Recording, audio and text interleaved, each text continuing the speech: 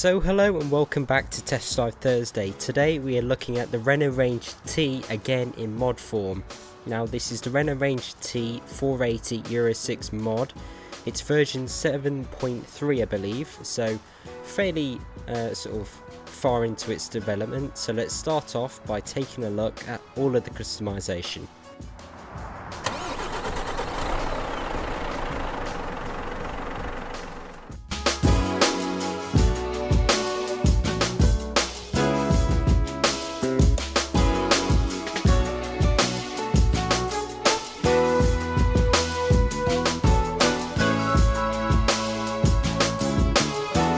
So here we are inside the upgrade shop. So starting off with the cabins, we've got three to choose from here. We've got the night and day, which is very small actually. I do like the sort of design of it. I think it works really well. The front grille, these sort of side strakes. Let's go to the sleeper cab. It's very sort of pointy, that the way it sort of shapes up. Very sort of futuristic design. I like this as well, the way that sort of overlaps. It means that you don't get much space for like beacons or anything like that, but if you're taking heavy haul, you probably go for something like this, because you don't need all the extra sort of space that this has. And then you do jump up to the high sleeper, which you get this extra sort of part here, which you don't get. And it raises up quite a bit actually. It's quite a difference. If you look at this here, the level for the sort of aircon units up there, see the height doesn't actually change, but the amount of cabin space increases massively. I mean, if you look at this in the high sleeper, got that bunk bed that folds down, the ladder for the bunk bed. Then with the sleeper cab, oh, it doesn't change. Wow, they haven't modelled that correctly. That's interesting. See if they've done it for the... Yeah, they've done it for this one. Must only be maybe a subtle change on the small on the sleeper. Is there any change? I can't actually tell. Just look at that line.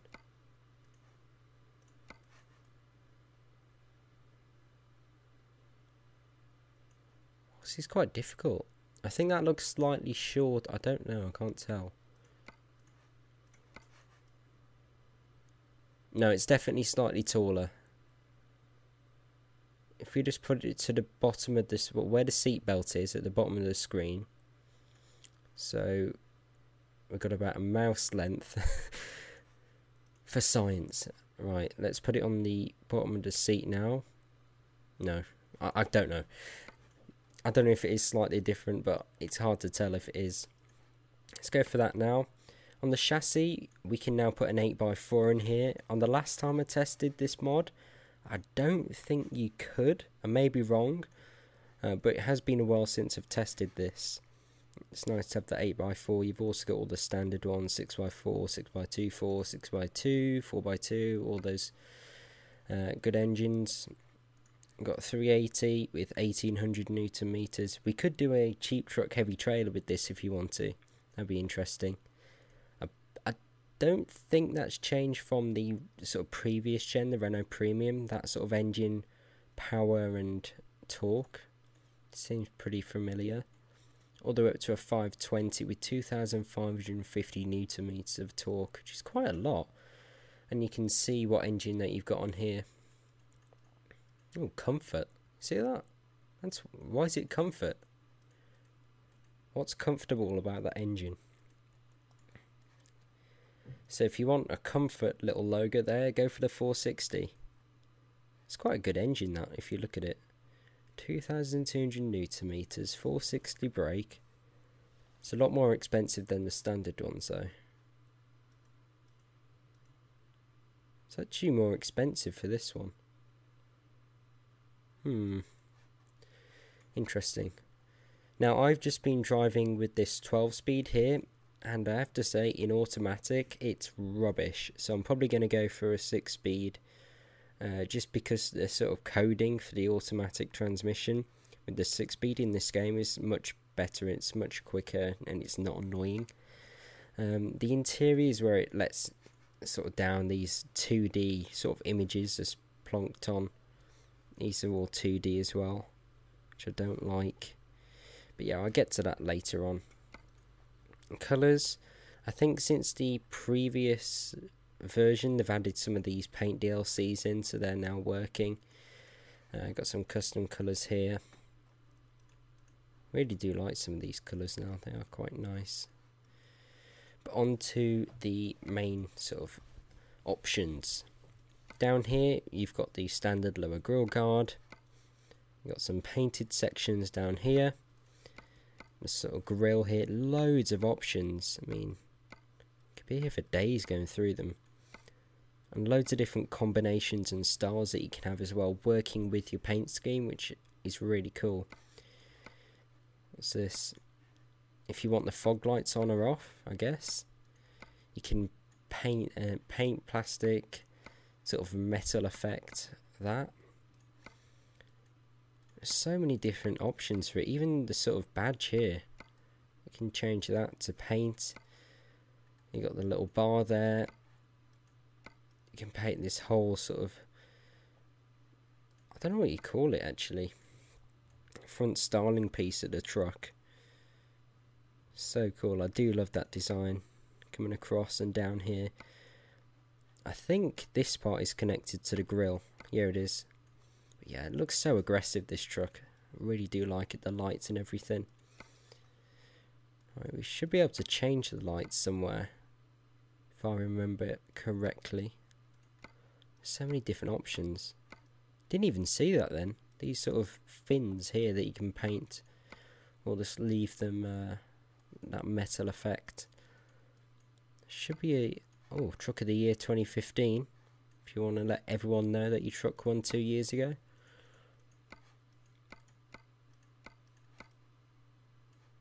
Have that painted. Looks a lot better. Interestingly, got that weird chrome piece here. Almost looks like it's dented. It looks odd. It doesn't match this chrome either. That's weird. No idea why that is there. Moving further around, you can paint this little arch piece. You can add the side skirts, which finish it off a lot better. Got this little tank cover here. Paint that. Leave it plastic. Whatever you want to do. If you're running on a budget, you can go for all the plastic parts, which is a nice sort of cheaper way into the truck. That's sort of all inside stuff. It does support Sisal DLC if you want. Got some interior lights up here, beacons if you're doing a heavy haul. Yeah, so that's pretty much it for the customization. I don't believe I've missed any dots. Oh, what's this? Thor. You can add this little mesh thing on the back if you want to cover up the tanks. I've got the mirrors. And then on the inside, no options to change the wheel or seats or anything. It's just all cabin accessories, which not too interesting. But there you go. So now I'm going to do a time lapse of me building this truck to my spec.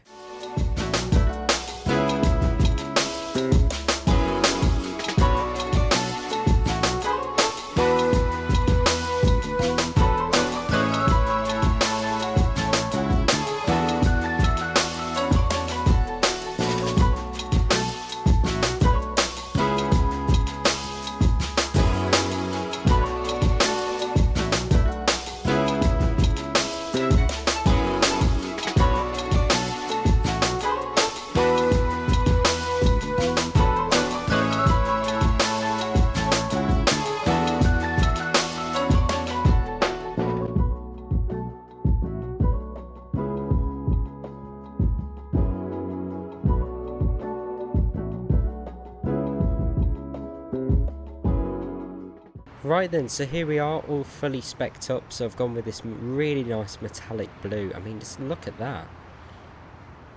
It's so deep, and then sort of the high points look really good. matching to the sort of wheel hubs there. All the chrome parts, chrome mirrors, aluminium mirrors, and then the chrome grille with the chrome badge, chrome lights. It just goes together really, really nicely. On the interior, I'd said I'd talk about that a bit. Again, why did they do that with the sort of 2D pictures on the door there? Not sure if I did go for an interior light. But interestingly, when you turn the lights on, the doors glow up, which is, I don't think I've ever seen that before. Now we'll turn the ignition on. You can see the wheel is very high. You cannot actually adjust that. I'll show you if you don't believe me. So you can see here, I'm moving it about. Nothing's happening. So that's annoying. It blocks most of the actual display here.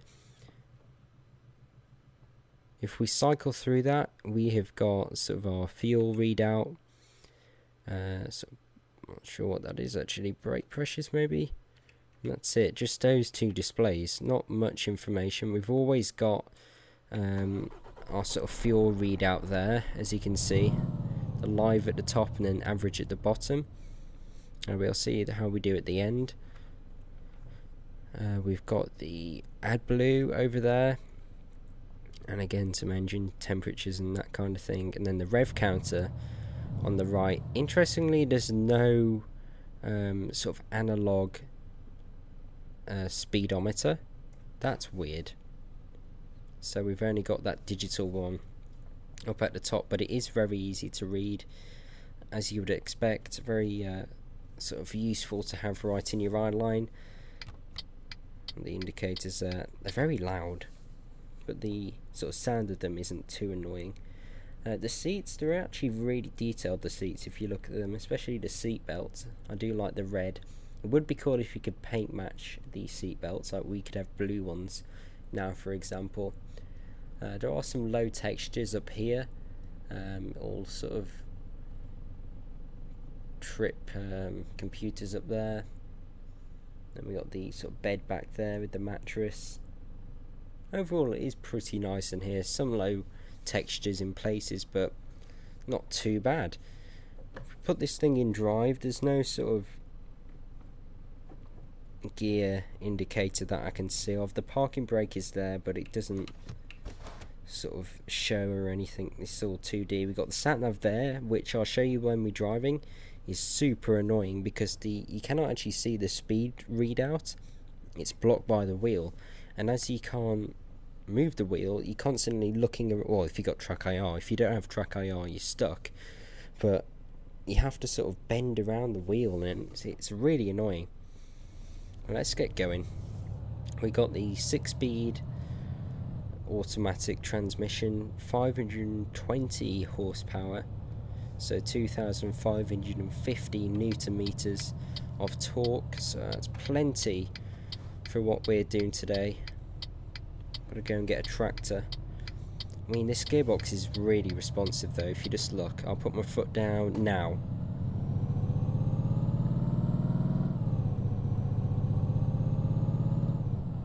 Then if we just back off a bit, and then I'll put my foot down now.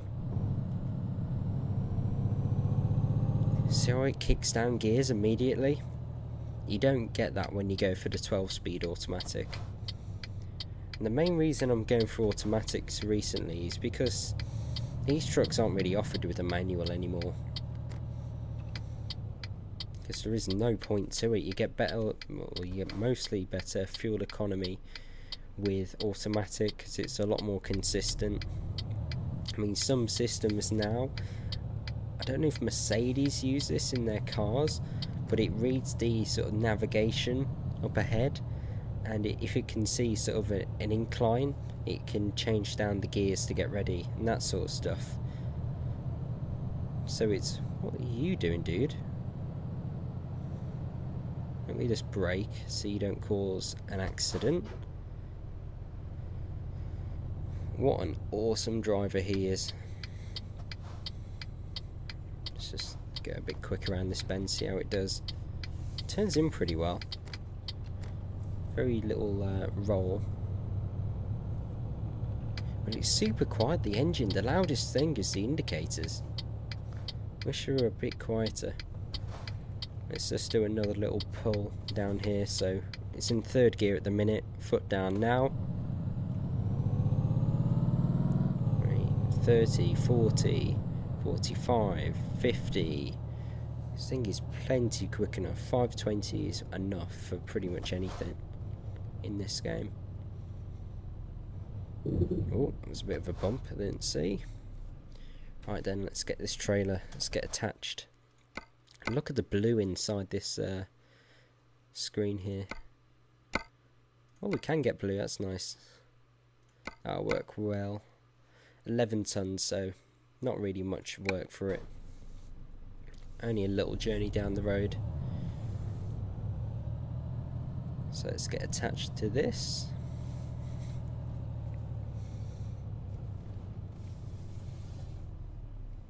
It feels like a lot bigger cabin when you're in this truck. I mean, on the outside it looks quite small, the cabin. But it feels massive inside.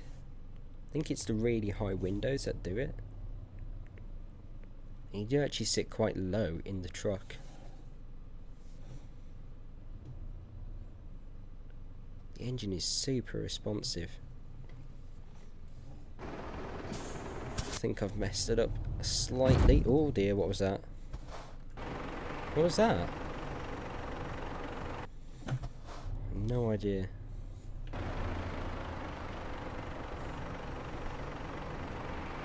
There we go. So let's put the legs up. That's the horn. Still getting used to the new buttons on the G29. Right. In gear. 11 tons. Looks pretty nice. Probably overkill with the 8x4, but there you go. Hang on, did you see that then? Look in the mirror now. See how it's not moving? Yeah, I've seen that on many trucks before. Is it doing it on the top one as well? Yeah, it does. Does it on that one? Yeah. So yeah, slightly out. It may be due to my field of view settings, I'm not sure, but I have seen that many times on trucks. And it is annoying sometimes when you look across. It ruins the sort of realism and immersion when you look across and just see a flicker in the mirror. So that's a little bug that I've noticed. It does like to rev, this engine. I mean, it's keeping in the gears for quite a long time. When I'm driving the Scania with this gearbox, it changes up quite early. I've got it in the eco setting in the gearbox, but it's still sort of holding on to the gears right up to 1500. Be interesting to see how we do on the fuel economy. I did a sort of big run in a Scania S730 a few weeks ago, or maybe about a week ago, and I got 60 litres every 100 mile. This so far is doing 98. We're a long way off yet, judging that. But yeah, as I said, very quiet when it's sort of idling. It gets quite noisy after about 1300 RPM. You can definitely tell the engine's working. So it's a very sort of contrasting noise. I mean, when we slow down now, you can barely hear it. But when you rev it, it's a really horrible noise.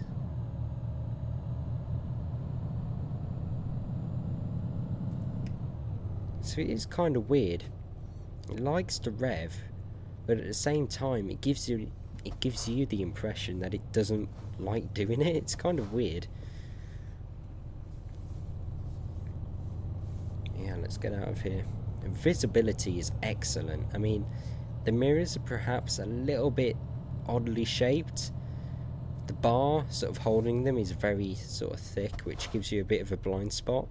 And the mirrors are actually quite small, even though their sort of outer layer is quite thick. So that's something I don't like, the mirrors that much. I think they're oddly shaped and small. But the visibility, as I said, is superb. I mean, these pillars are still really small.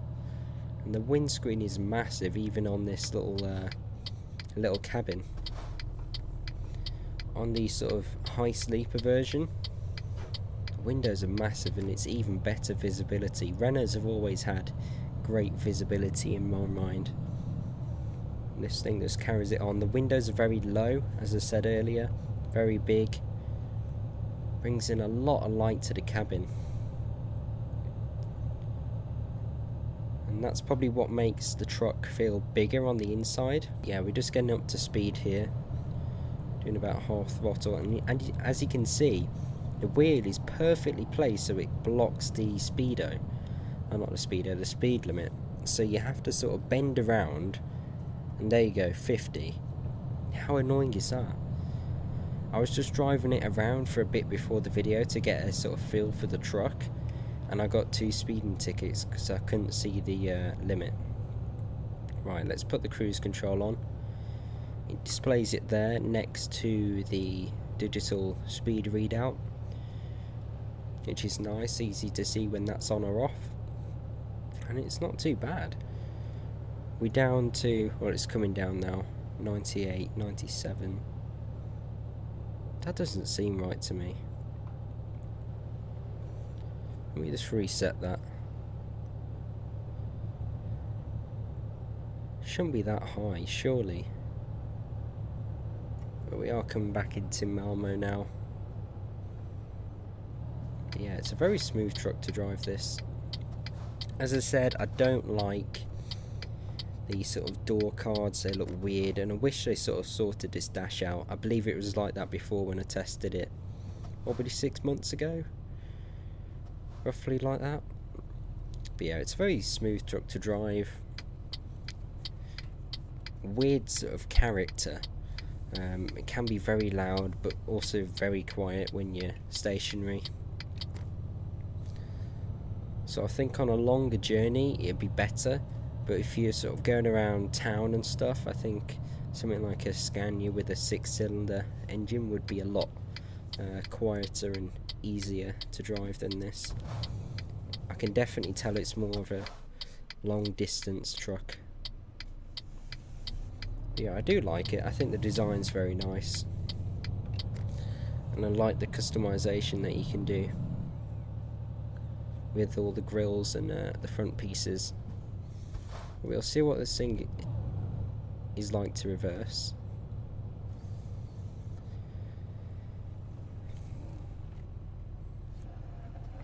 It's quite tight, this. I'll just come over here. Just using that front mirror now and that side one. There we go. It's probably not much closer now. Yeah.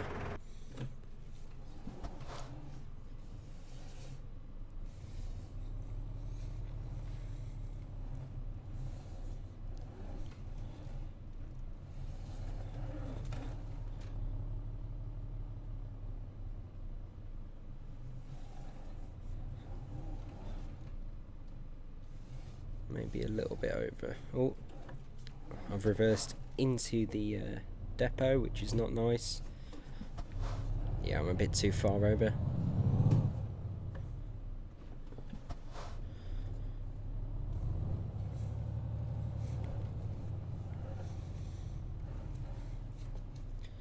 There we go, that should do. Probably a bit too far over the other side now, but it doesn't really matter. There we go. Right then, let us detach.